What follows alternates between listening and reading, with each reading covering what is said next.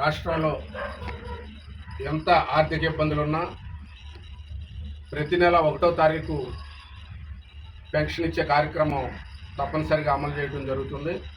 దాంట్లో భాగంగా ఈరోజు కామర్కోట గ్రామంలో పాత పెన్షన్లు కాకుండా కొత్త పెన్షన్లు 12 వచ్చినాయి. దాంట్లో డయాలసిస్ పేషెంట్లు ఎప్పటికప్పుడు ఆ సర్టిఫికెట్స్ని బట్టి అదే నెలలో కిడ్నీ డయాలసిస్ చేసుకునే వాళ్ళకి 10,000 రూపాయలు ఇవ్వటం, అలాగే మంచానికి పరిమితం అయితే 15,000 రూపాయలు. అలాగే ఇప్పుడు ఈ హౌస్లో ఒక కొత్త పెన్షన్, మీ పేరు పూర్తి పేరు సాకిర్ ఉన్నీషా బేగం గారికి 4,000 ఇచ్చాం. అలాగే పాత పెన్షన్ మరి ఇక్కడ మహబూబ్ ఖాన్ ప్రతి నెల 6,000 వస్తుంది. ఇతను కొంచెం వికలాంగుడు, దాంట్లో అంటే ఈ ఇంట్లోనే 10,000 రూపాయలు వస్తాయి.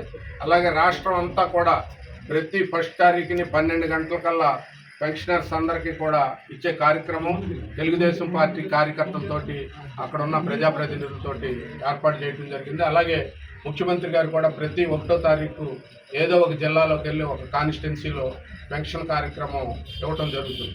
ఇంక ఇదే కాకుండా రాష్ట్రంలో అనేక సంక్షేమ కార్యక్రమాలు, వాళ్ళకి కావాల్సిన మెడికల్ సౌకర్యం కానీ, ఎన్టీఆర్ ఆరోగ్య భరోసా కింద మరి ఎక్కడికక్కడ మరి ఎంత డబ్బు ఖర్చు అయినా కానీ ప్రభుత్వం పెట్టుకుంటుంది. ఈ రకంగా మరి నిన్ననే జాతీయ పార్టీ అధ్యక్షుడిగా మన యువ నాయకుడిని మరి ఇవ్వటం జరిగింది, లోకేష్ బాబుకి వర్కింగ్ కమిటీ ప్రెసిడెంట్గా. రాష్ట్రం అంతా కూడా సంతోషిస్తున్నారు. అలాగే పవన్ కళ్యాణ్ గారి నాయకత్వంలో, మరి ఈ ముగ్గురి నాయకత్వంలో ప్రధానమంత్రి మోడీ గారి ఆశీస్సులతో ఈ రాష్ట్రాన్ని సర్వతోముఖాభివృద్ధిగా ఓ పక్కన సంక్షేమం, ఓ పక్కన అభివృద్ధి. ఇవాళ చూస్తే గుంటలేని రోడ్లు కానీ, అమరావతి కానీ, పోలవరం కానీ అనేక రకాలు ఉన్నాయి. ఇంకా చెప్పాలంటే ఈవినింగ్ వరకు కూడా చెప్పొచ్చు.